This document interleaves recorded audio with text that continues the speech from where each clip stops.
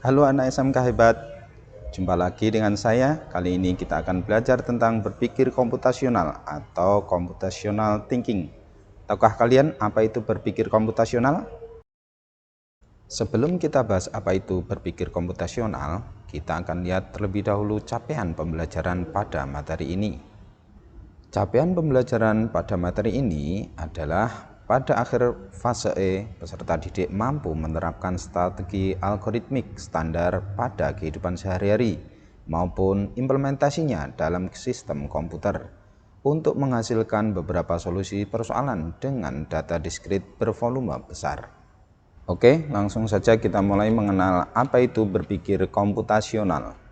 Berpikir komputasional atau computational thinking adalah sebuah pendekatan dalam proses pembelajaran. Berpikir komputasional memang memiliki peran penting dalam pengembangan aplikasi komputer. Namun, berpikir komputasional juga dapat digunakan untuk mendukung pemecahan masalah di semua disiplin ilmu, termasuk humaniora, matematika, dan ilmu pengetahuan. Secara ringkas, bisa dikatakan bahwa berpikir komputasional adalah metode menyelesaikan persoalan dengan menerapkan teknik ilmu komputer atau informatika. Setelah kita tahu apa itu berpikir komputasional, selanjutnya kita akan bahas kenapa sih harus belajar berpikir komputasional. Mungkin muncul pertanyaan di benak kalian, kenapa harus belajar ini? Alasan kenapa kita pelajari materi ini antara lain karena 1.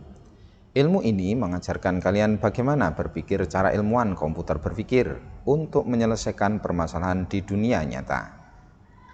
2. Dengan teknik ini kalian akan belajar bagaimana berpikir secara terstruktur seperti halnya ketika pada software engineer menganalisa kebutuhan dan merencanakan pengembangan software. Lalu pertanyaan yang muncul berikutnya adalah bagaimana penerapan berpikir komputasional itu? 1. Memahami masalah. Ketika masalah datang kepada kita, maka kita jangan lari dari masalah itu, tetapi kita hadapi dan pahami masalah tersebut. 2. Mengumpulkan data. Setelah kita paham akan masalah yang kita hadapi, langkah selanjutnya adalah mengumpulkan data yang terkait dengan masalah tersebut. Yang ketiga, mencari solusi. Setelah data terkumpul, langkah berikutnya adalah kita gunakan data tersebut untuk mencari solusi terbaik dari masalah yang kita hadapi.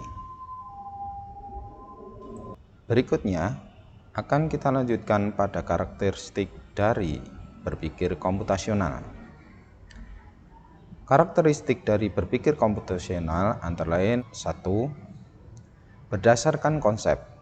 Informatika tidak hanya belajar bagaimana menulis program, tapi juga diperlukan pemahaman untuk berpikir pada beberapa tingkat abstraksi.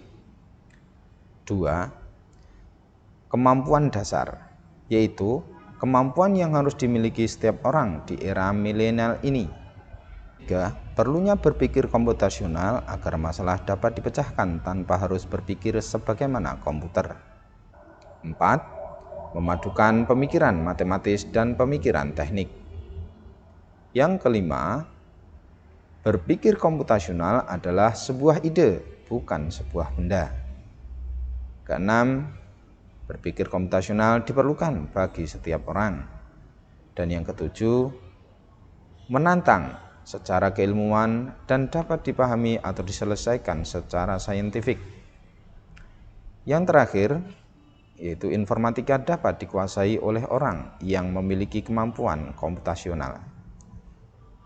Ada beberapa materi yang akan kita pelajari dalam berpikir komputasional ini, diantaranya 1. Berkaitan dengan proposisi, negasi atau lingkaran, konjungsi, disjungsi, implikasi, dan inferensi. Yang kedua, kemudian kita akan belajar deduktif, induktif, dan abduktif. Yang ketiga, kita akan belajar mengoperasikan bilangan desimal, bilangan biner, dan heksadesimal.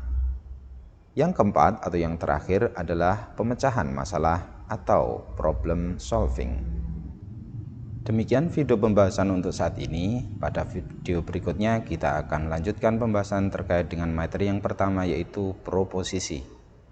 Sekian, semoga video ini bermanfaat. Tetap semangat, terus belajar, dan jangan lupa bahagia.